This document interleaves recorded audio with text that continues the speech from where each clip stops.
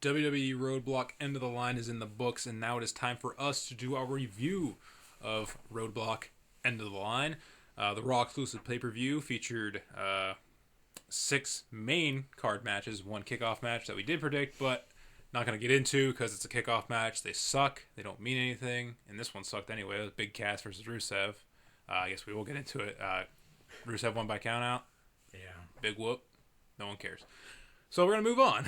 So, also grades for each of the matches. If I had to give it that grade, I didn't even watch the match, so I don't even care. But the first match of the night was the tag team title match as the New Day defended their record reigning titles against Cesaro and Sheamus. And Cesaro and Sheamus won that match. We didn't have that match when we predicted it. No. Because we predicted Tuesday. They had a number one contender match on Wednesday, Tribute to the Troops. So, yeah. And Cesaro and Sheamus won that. I would have picked Cesaro and Sheamus anyway, and they won. And pretty good match, pretty exciting match. I think the most hyped up match of the night for the crowd, at least. Cool. I feel like the crowd was into that match more than any other match. Well, it kicked off the whole show. Well, I'm just saying, and even the main event matches were not that exciting from a fan's perspective, it seemed. The fans weren't into those matches like the KO and Reigns and after Sasha and Charlotte at 17. Sami Zayn defeat Braun Strowman, and then Charlotte and Sasha's 30-minute Iron Man match that went to overtime. I don't think the crowd was really into it for, say, the Seth Rollins Jericho match and then the Owens Reigns match, as you said. But yeah, I think this is my favorite match of the night in general. I gave it a B grading, so that's the highest grade I gave any match tonight or that night. Sunday night in Pittsburgh. Yeah, but Cesaro and Sheamus worked well together. It seemed like they were destroying the New Day early on. They didn't really stop doing that the entire match. I feel like they dominated this match for the most part. New Day didn't really get much in. They just had a few of the typical like third man coming in trying to pick up the win for the team, but Cesaro and Sheamus overcame that. Like after that second time that Woods took the bro kick, I think it was, from Sheamus, I think that's when I realized that Cesaro and Sheamus were probably going to win this match because similar to like the Miz Ziggler feud, the career versus title one, like Ziggler got through all of the Miz's shenanigans from like the weeks prior, like the spray in the face, Maurice, and the Spirit Squad, which you haven't seen them since that feud ended, thank God.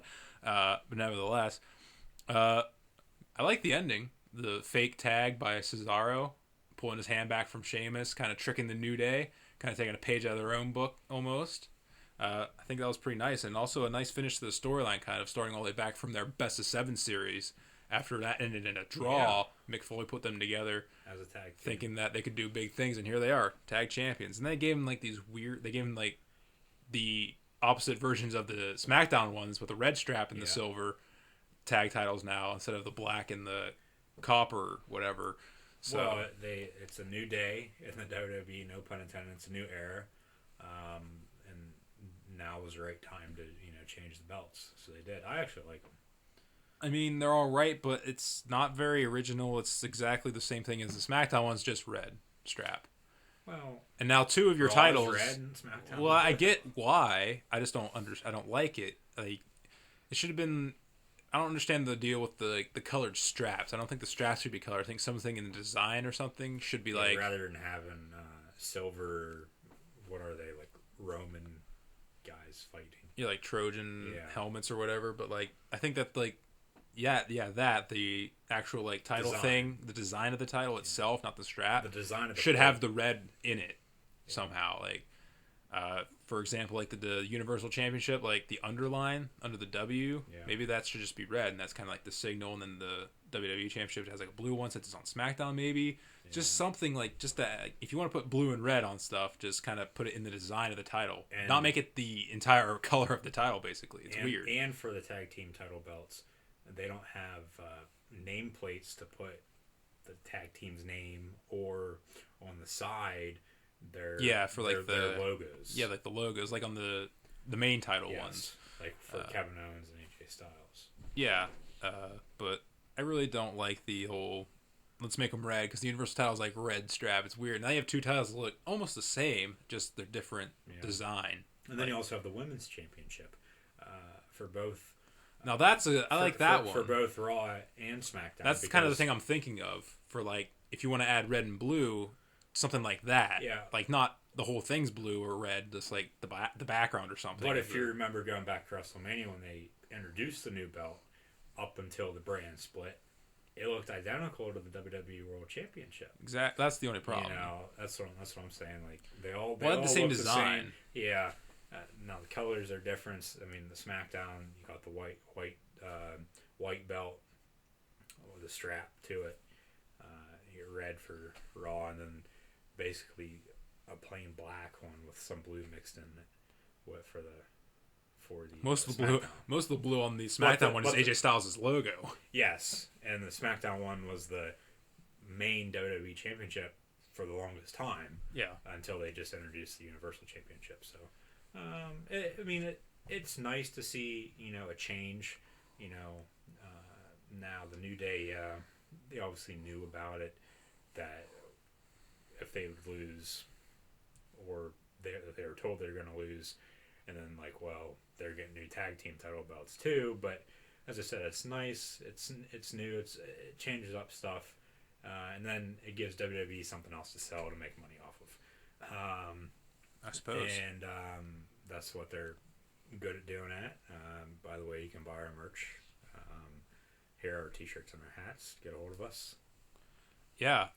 Next match on the card was Sami Zayn, Braun Strowman. The 10-minute limit on this match.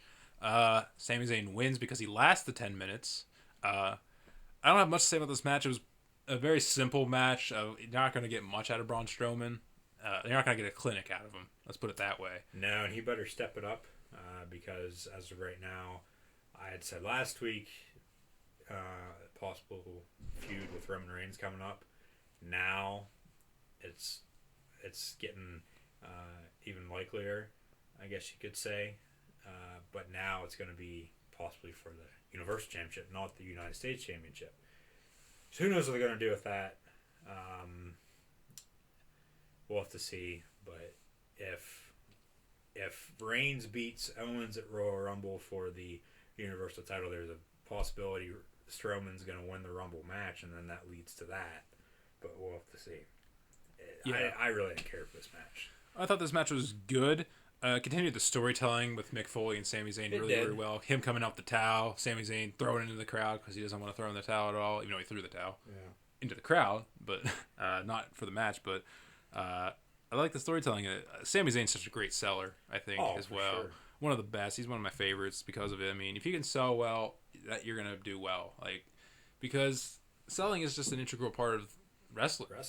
Like, if you don't sell it at all very good, then no one's gonna believe it anyway, because we all know wrestling's fake or whatever. Like, we know it's choreographed and all this, but like, if you don't sell it well, you're not really gonna, sell it. That's why it's called selling. So, but I gave it a C+. I think it was just fine. Wasn't terrible, wasn't great either, but I liked it. The next match was Chris Jericho, Seth Rollins. Their feud randomly going on here. I kind of not really understanding Seth Rollins' like what his game plan is to get to Triple H. I'm going to take out Chris Jericho because he's with KO, even though at the time they were splitting up as best friends. Yeah, then how does Chris Jericho make sense? Saw it coming. But then how does best friends, but at the same time they're not. But I just feel like it was kind of weird. But this match, it felt like a regular old Monday Night Raw match to me. Nothing was super special. No like big spots. It felt like a main event of Raw to me. Rollins, you got to stop using the pedigree. That's something I'm also going to say. It doesn't make any sense. Go back to curb stomp, but they won't let you. Like, he needs to get a new finisher because it just doesn't make sense. It made great sense when he first did it because he was still under the tutelage of Triple H. He was still in the authority and all that. It made some sort of sense. But now he's out of that. He wants to fight Triple H, but here he is still using his finishing maneuver. Well, now with him going up against Triple H, maybe they have for the pedigree. Because who knows how long Hunter's going to be wrestling, in the future. So let it live on with Seth Rollins then. Who knows, but gave this match a C. It was all right. Didn't feel like a pay-per-view match to me, though. That's the kind of thing I'm... Yeah. Well, it was also Seth Rollins' first pay-per-view match, singles match, not for a championship.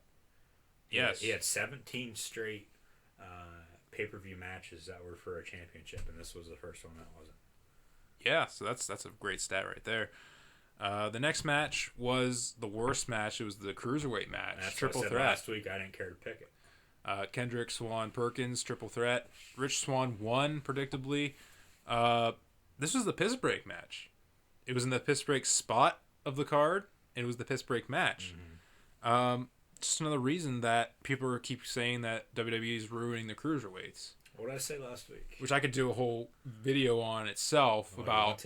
No, but I can do a whole video on why the cruiserweight division is not doing too well and how it could be better. Yeah. Like, there's a whole bunch of things that you can put in there that say, well, they're not technically ruining them. It's weird because like I said, I can do a whole video on it if I wanted to. I don't want to get into it now because I'll just keep going on about it. But gives us something else to talk about later. Yeah, I guess. The only bright spot of this match really was Neville returning and attacking Swan and Perkins because now he's the guy I thought should have won the Cruiserweight Championship to begin with. I think he should have been the first champion. You need to put it on a guy that people know. You bring legitimacy to the division to begin with.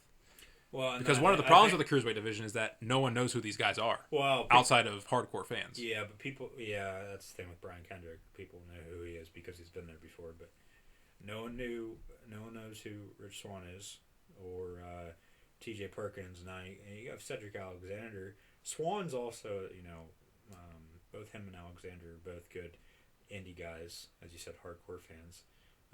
But the thing with Alexander now, they're doing with him, they're putting Alicia Fox with him. Yeah. To be his, manager? Well, his girlfriend. Girlfriend, side chick, whatever you want to call her. That's the whole basis for his now feud with Noam Dar. So, Alicia Fox, so who would have thought? Yeah. Just bring it up all of a sudden. But, yeah, as I said last week, I didn't care to make a pick for this match. I did pick Kendrick because, he was a champion before to get it back, but this match was awful. Yeah, I gave it a D+ because... Give it F-. How about that? There wasn't, too much going on in this match. No one cared about this match. It was the piss break. Like I said, it was in the piss break spot of the match where typically, a random women's singles match or something would be at. But, of course, that was next. It was an Iron Man match that had big implications. Sasha Charlotte for about the 20,000th time in the past 2 months. And Charlotte wins again. Her 4th title reign now since WrestleMania. And it's ridiculous. I was talking to somebody now, because you look at Roman Reigns, you look at Charlotte now, 4-time champ. Reigns is a 3-4-time champ, WWE champ. That Ric Flair 16-time champion thing really doesn't mean a whole lot anymore, I don't think. And with Cena breaking it, that's what WWE is going to want to do at WrestleMania. As I said a little bit ago. Yeah. But no one really cares about that anymore because you win and then you lose and you win it right back, you're a 2-time champ. And it just keeps going on and on. Hell, you could be a 16-time champ in a year. Yeah. So it's it just kept on dragging on. That's why I didn't care to pick this match either last week. Yeah. Just saying, WWE doesn't really seem keen on keeping history. They seem to like to break history all the time. And then they work their way around it and say, well, no, we didn't say this, we said this. And because people forget. People don't have... people can't remember stuff for a very, very title reigns or championship number of reigns or whatever. Yeah. Those seem to always get broken no matter what. And those don't seem to stay the test of time, which is... kind of bad, but also I get it, of course. I mean, history is a special thing. It's gonna probably sell some tickets if history might be made. So why not? But and then that's why they put it on the grandest stage of them all, WrestleMania. Yeah. Talking about Cena and Flair and possibly the Undertaker, but. For this match, though, in general, I felt like it was a pretty textbook Iron Man match. The whole they get a fall about the back and forth, and then of course the submission in the final seconds, tapping out. Although I thought for sure it was going to be she just holds on for long enough, like they sometimes do, and then she wins because she didn't give up in the allotted time that she had left. And then overtime, it was weird. It just kind of ended. Michael Cole, we're going to overtime.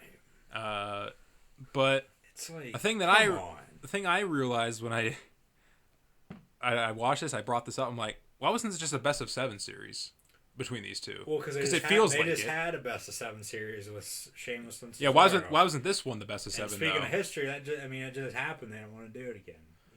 So it leads into that. Yeah, but why wasn't this the best of 7 then instead of that? Because it feels like a best of 7. Well, because they don't have a tag division because they don't know what to do with these two after.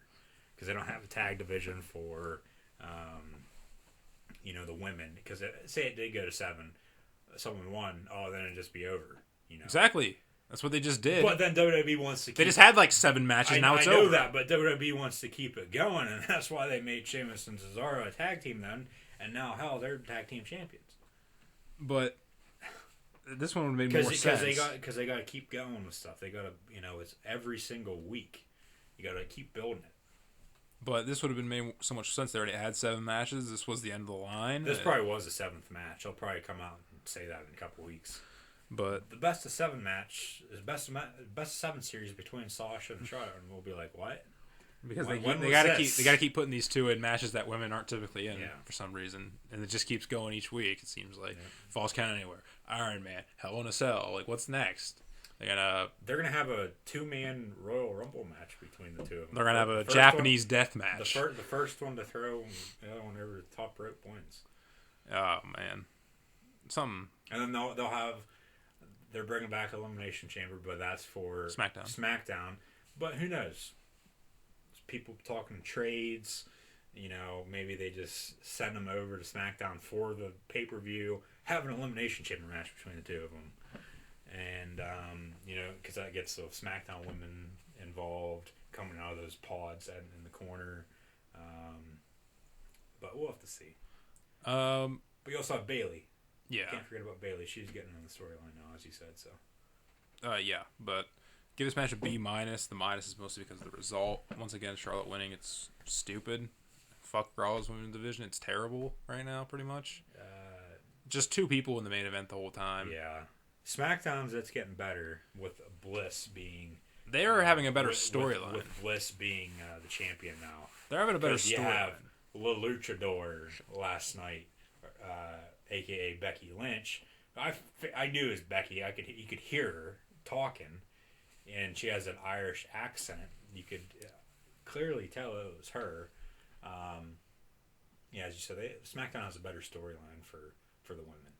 Yeah, it's definitely than Raw does. Because they're not just hop-tating the title around. Mm-hmm. Like, there's an actual storyline. There's actual segments and stuff. Becky was champion for how long there? A couple months. Yeah. Bliss should be champion for a couple months, and then he switched up again. And hell, they had a title match, but it wasn't really a title match. Bliss just got herself counted out. Yeah. But they haven't had the title matches every 2 weeks. Yeah. So well, the only thing Raw can do, I think, that would help the women's division on Raw there, would be to bring back Paige. Now, is that going to happen? Druggy bitch. Right now, more than likely not, because she's still injured, and then she's still attached to Alberto El Patron's hip. So if she ever comes back, I think what they would have her do is just let her wreak havoc everywhere on Raw, and hell, maybe even the SmackDown women, and then she gets to pick whatever one she wants, and then be champion on that. But it'd be better. She'd be better on Raw, especially with the women they have over there. They're all young. SmackDown already has the veterans: Nikki Bella, Natalya, Naomi, who's currently injured with an ankle injury. But Raw, they have Charlotte. She's a veteran, but she came in with Sasha and Bayley. Becky's on SmackDown, the 4 Horsewomen. And Nia Jax. Alicia Fox is pretty much the only veteran on Raw, but she's with Cedric Alexander now. So you bring back Paige, let her wreak havoc, become champion, let her be champion then. Or if they don't even bring back Paige, they need to quit changing titles. And I think you can agree with me on that. They got to have one of these 3 between Charlotte, Sasha, and Bayley just be champion for a year or a year and a half. And that, like the New Day, break the women's record, because you're saying the women, they revolutionized the whole division with the bringing up of the 4 horsewomen. And, someone needs to break Lita and Trish Stratus and Beth Phoenix record, as the New Day did for, who was it, Corey? Demolition. Yeah, Demolition. So, what they need to do is have somebody just hold on to it for the longest time, and then they lose. You need to quit flipping back and forth every 2 weeks. Yeah.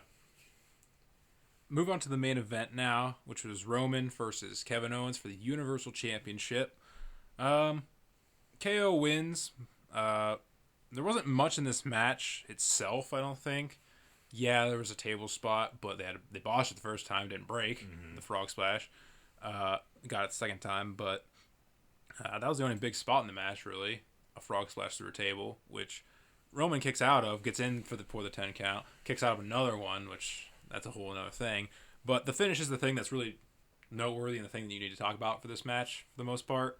Chris Jericho coming in, code breaker on Owens, who initially you think, wait a minute, he's still pissed off at Owens, but then it's weird because he's friends with Owens, but he got Roman DQ because he attacked Owens, but it wouldn't have mattered anyway, because even if Reigns won by disqualification, then Owens still retained, so that didn't make any sense.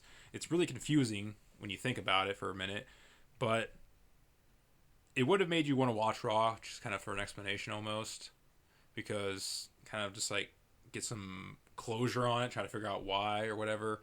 So now they're best friends again. Roman and Seth beat the crap out of both of them afterwards. Both get put through tables, Jericho and Owens, and then it sets up the main event for Raw the next night, which I predicted before it even happened. But there's not really, I don't really know what to say about this match because it was just a regular old match. It didn't feel like a huge title match. There really wasn't. There's not really anything to discuss because these two are going to face each other again for the title at Royal Rumble. Yeah, so in San Antonio at the end of January. So, and Chris Jericho is going to be held above the ring in a shirt cage. Yep. So, yeah, I don't know what to say about this either. Yeah, I gave it just a B because what I had predicted didn't happen. So I don't. Yeah. But yeah, give it a B. But it was still good. It was all right. Yeah, it was all right. Just a couple. There was one good spot. Whatever. What happened? The ending was the thing that was kind of threw me for a loop. The storyline. It just it was really weird. I don't know what to say. Final grading I gave for Roadblock End of the Line was a C+. I thought it was an alright show. Wasn't fantastic. The plus, I mean, it was good. The Cruiserweights really brought it down a lot because their match was not very good, in my opinion. It could have been way better. Almost everything they've done so far could be way better, probably. At least on That's what I said last week. Raw. At least on Raw, at least. Yeah. 205 Live, I'm sure, is great. I haven't seen it before. But no, because you don't have WWE Network. No, but C+, pretty average, in my opinion. Roadblock, but Royal Rumble's coming up. Hopefully it'll be way better. It should be. It's one of the big four, of course, so there's going to be big stuff going on. Other than WrestleMania, Royal Rumble's the second best pay-per-view of the year. Because you always got surprise SummerSlam. Returns. Well, SummerSlam is just the biggest pay-per-view this summer. The Royal Rumble, it gets you on the road to WrestleMania. It sets up all these storylines. You got guys coming back, legends, guys coming back from injuries. You just don't know who's going to return to the Royal Rumble. This year, Finn Balor, good name to possibly come back. A couple guys might debut at the Royal Rumble this year. A couple NXT guys, maybe Shinsuke Nakamura, Bobby Roode. Next is Mississippi State, Alabama. It's going to be on ESPN at noon on Saturday. Mississippi State, Oklahoma. I said they would be the team the team that is the champ in the Big 12. I'm going to take Seattle. I do hate Tom Brady and the Patriots. And last night at around 7 p.m.-ish, and the top 10, not much has really changed. I mean, but then I was thinking last night as well, it would be better for the Big 10. This is where most team is, I would have said, up in Seattle.